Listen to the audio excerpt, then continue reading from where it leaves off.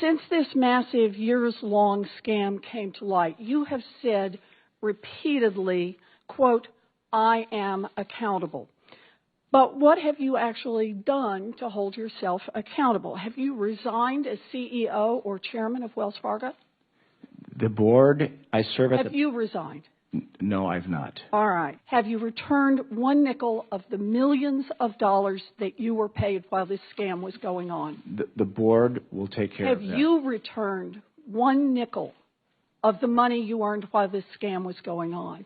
And the board will do... I will take that as a no then. Have you fired a single senior executive? And by that, I don't mean a regional manager or a branch manager. I'm asking about the people who actually led your community banking division or your compliance division.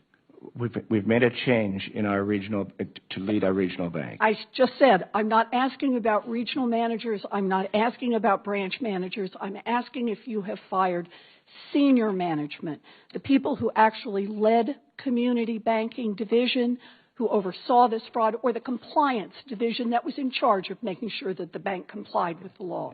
Carrie Toll said... Did you fire No. any of those people? No. Okay. So you haven't resigned. You haven't returned a single nickel of your personal earnings.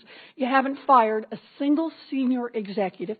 Instead, evidently, your definition of accountable is to push the blame to your low-level employees who don't have the money for a fancy PR firm to defend themselves.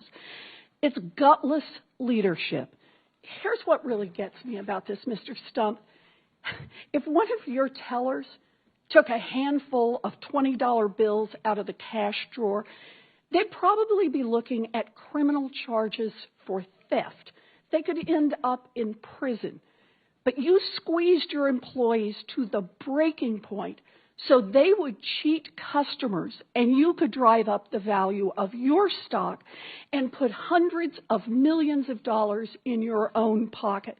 And when it all blew up, you kept your job, you kept your multi-million-dollar bonuses, and you went on television to blame thousands of $12 an hour employees who were just trying to meet cross-sell quotas that made you rich.